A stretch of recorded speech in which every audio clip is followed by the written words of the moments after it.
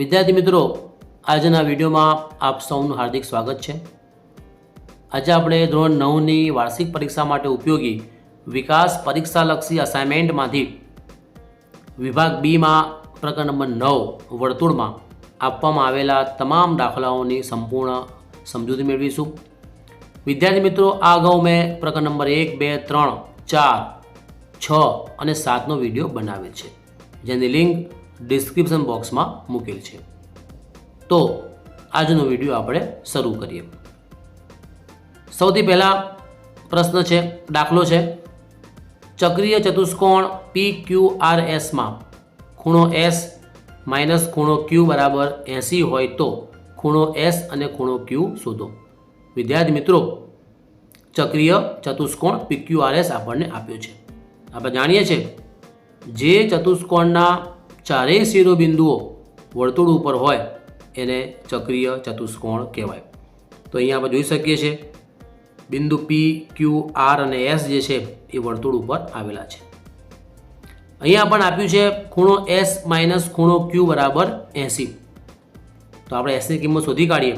80 આ બાજુ આવશે, માઇનસના પ્લસ થઈ જશે, આપણને મળશે ખૂણો S બરાબર 80 પ્લસ ખૂણો Q। અહીંયા જે ચતુષ્કોણ જે છે PQRS એ ચક્રીય ચતુષ્કોણ છે। આપણે જાણીએ છીએ ચક્રીય ચતુષ્કોણના સામસામેના ખૂણાઓ પૂરક હોય છે, એટલે ખૂણો S અને ખૂણો Q સામસામેના ખૂણા છે, અને આપણે એ બે ખૂણાના માપનો સરવાળો કરીશું તો આપણને 180 મળશે। તેવી જ રીતે ખૂણો P અને ખૂણો R પૂરક કોણ છે, સામસામેના ખૂણા છે, અને બંને ખૂણાઓનો સરવાળો પણ 180 થાય છે।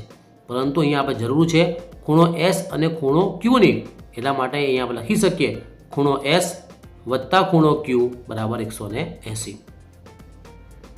આ સમીકરણની અંદર આપણે ખૂણા S ની કિંમત મૂકી દઈએ, 80 વત્તા ખૂણો Q, તો આપણને મળશે, અહીંયા મૂકીએ આપણે 80 વત્તા ખૂણો Q પ્લસ ખૂણો Q આપણને આપેલો જ છે બરાબર 180।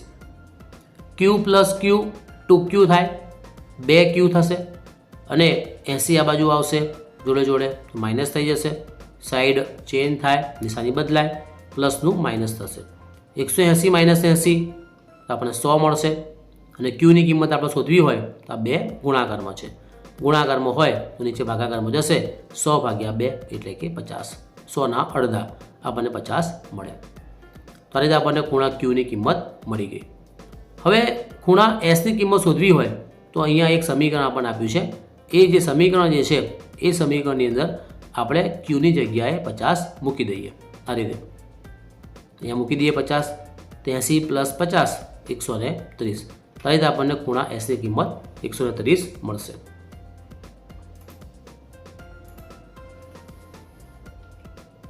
આગળનો પ્રશ્ન છે, P કેન્દ્રિત વર્તુળની જીવા AB છે, બિંદુ C એ ગુરુચાપ AB પરનું A અને B થી ભિન્ન બિંદુ છે। જો ખૂણો ACB બરાબર 60 હોય તો ખૂણો APB શોધો। વિદ્યાર્થી મિત્રો, અહીંયા આપણે આકૃતિમાં જોઈ શકીએ છીએ P કેન્દ્રવાળું એક વર્તુળ આપણને આપ્યું છે, અને એ વર્તુળની જીવા AB છે। તો અહીંયા મેં જે જીવા દોરી છે AB, અને બિંદુ C જે છે એ ગુરુચાપ AB પરનું A અને B થી ભિન્ન બિંદુ છે। તો અહીંયા આપણે જોઈ શકીએ છીએ આ A થી લઈને B જે છે મોટો ભાગ એ ગુરુચાપ છે, અને ગુરુચાપ ઉપર એક બિંદુ C આવેલું છે। એ બિંદુ કેવું છે, A અને B થી અલગ છે, ભિન્ન બિંદુ છે। જોડે જોડે આપણને કહે છે કે ખૂણો ACB 60, એટલે આ જે એંગલ આપણને આપ્યો છે ખૂણો ACB, અહીંથી લઈ આટલો જે ખૂણો જે છે ACB એની કિંમત આપણે 60 આપેલી છે, તો આપણે જે છે ખૂણો APBની કિંમત શોધવાની છે। તો વિદ્યાર્થી મિત્રો, તો અહીંયા જે છે એક પ્રમેય લાગુ પડે છે, એ પ્રમેય જે છે આપણે ભણી ગયા છે। પ્રમેયનું વિધાન આ પ્રમાણે છે, વર્તુળના કેન્દ્ર આગળ ચાપે આંતરેલો ખૂણો તે ચાપે વર્તુળના બાકીના ભાગ પરના કોઈપણ બિંદુ આગળ આંતરેલા ખૂણા કરતાં બમણો હોય છે। એટલે આ ચાપ AB જે છે એ વર્તુળના કેન્દ્ર આગળ એક ખૂણો બનાવે છે। કયો ખૂણો બનાવે છે? APB। આ ખૂણો જે છે બાકીના ભાગ ઉપર બનાવેલા ખૂણા, અહીંયા કયો ખૂણો બને છે? ACB કરતાં બમણો હોય છે, એટલા માટે અહીંયા આપણે લખી શકીએ ખૂણો APB બરાબર ટ્વાઇસ ખૂણો ACB. હવે ACBની કિંમત 60 આપણને આપી છે અને બેની વચ્ચે ગુણાકારનો સંબંધ છે, એટલા માટે લખી શકીએ આપણે ખૂણો APB બરાબર 2 ગુણ્યા 60 અને 60 દૂની 120. તો આ રીતે આપણને ખૂણા APBની કિંમત 120 મળશે. આગળનો પ્રશ્ન છે, P કેન્દ્રિત વર્તુળની ત્રિજ્યા 8.5 સેમી છે, AB તે વર્તુળનો વ્યાસ છે અને C એ અર્ધવર્તુળ પરનું બિંદુ છે. જો BC બરાબર 8 સેમી હોય તો AC શોધો. વિદ્યાર્થી મિત્રો, અહીંયા આપણે આકૃતિમાં જોઈ શકીએ છીએ P કેન્દ્રિત વર્તુળની ત્રિજ્યા આપણને આપી છે 8.5 સેન્ટીમીટર. અહીંયા P કેન્દ્રવાળું એક વર્તુળ છે અને AP અને PB એ વર્તુળની ત્રિજ્યા છે જે આપણને આપેલી છે 8.5. એટલે APની કિંમત 8.5 છે અને PBની કિંમત પણ 8.5 છે. ઉપરાંત AB જે છે એ વર્તુળનો વ્યાસ છે. સૌથી પહેલાં આપણે વ્યાસ શોધી કાઢીએ. આપણે જાણીએ છીએ વ્યાસ શું છે, ત્રિજ્યા કરતાં ડબલ છે, બમણો છે, 2 ગણો છે. એટલે વ્યાસ બરાબર 2 ગુણ્યા ત્રિજ્યા. ત્રિજ્યા આપણને આપી છે 8.5 એટલે 2 ગુણ્યા 8.5 કરીશું તો આપણને મળશે 17. 2 8 16 અને 2 5 10, 1 એટલે 16 ને 1 17. તો આપણને વ્યાસ AB આપણને મળી ગયો, 17 મળી ગયો. આગળ આપણને કહે છે કે બિંદુ C એ અર્ધવર્તુળ પરનું બિંદુ છે. અહીંયા આપણે આકૃતિમાં જોઈ શકીએ છીએ આ બિંદુ C જે છે એ અર્ધવર્તુળ પરનું બિંદુ છે અને BCની કિંમત આપણને 8 સેન્ટીમીટર આપણને આપેલી છે. તો આપણે ACની કિંમત શોધવાની છે. વિદ્યાર્થી મિત્રો, અહીંયા એક પ્રમેય લાગવું પડશે. પ્રમેય કયો છે? અર્ધવર્તુળમાં અંતર્ગત ખૂણો કાટખૂણો હોય છે.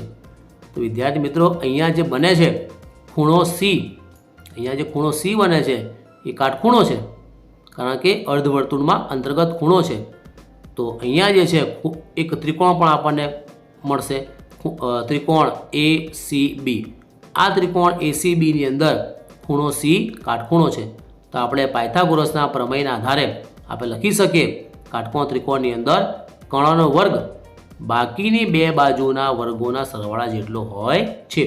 એટલા માટે અહીંયા આપણે લખી શકીએ ત્રિકોણ ACBની અંદર કર્ણ છે AB, અહીંયા કાટખૂણો બને છે અને બાકીની 2 બાજુઓ AC અને BC ના વર્ગોના સરવાળા જેટલો થાય. તો અહીંયા આપણે લખી શકીએ ABનો વર્ગ બરાબર ACનો વર્ગ વત્તા BCનો વર્ગ.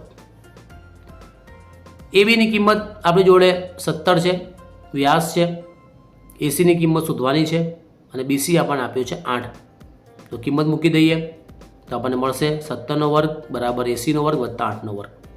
17નો વર્ગ 289 થાય, 8નો વર્ગ 64 થશે.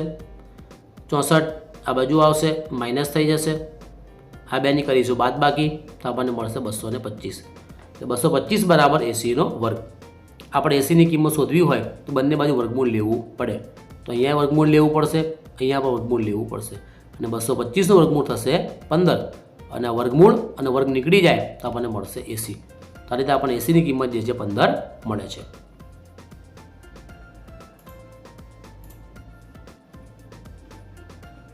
આગળનો પ્રશ્ન છે, O કેન્દ્રિત વર્તુળનો વ્યાસ 20 સેમી છે અને જીવા ABની લંબાઈ 12 સેમી છે. ABનું કેન્દ્ર O થી અંતર શોધો. વિદ્યાર્થી મિત્રો, અહીંયા આપણને એક વર્તુળ આપણને આપ્યું છે અને એ વર્તુળનું કેન્દ્ર O છે. વર્તુળનો વ્યાસ 20 સેન્ટીમીટર છે અને જીવા AB, એક જીવા આપણને આપી છે ગાડી જેનું નામ છે AB ને આ જીવાની લંબાઈ આપણને આપી છે 12 સેન્ટીમીટર આપણને આપેલી છે. તો આપણે જે છે આ જીવા ABનું કેન્દ્ર O થી અંતર શોધવાનું છે. એટલે કે આટલું અંતર આપણે શોધવાનું છે. તો ધારી લઈએ M, એટલે આપણે OM આપણે શોધવાનો છે. તો વિદ્યાર્થી મિત્રો, આપણે OA જોઈન્ટ કરી દઈએ તો OA શું મળશે આપણને? ત્રિજ્યા મળશે. તો ત્રિજ્યા શોધવા માટે અહીંયા આપણને વ્યાસ આપણને આપ્યો છે. આપણે જાણીએ છીએ વ્યાસના અડધા ત્રિજ્યા હોય છે. એટલે ત્રિજ્યાની કિંમત વ્યાસથી અડધી હોય છે.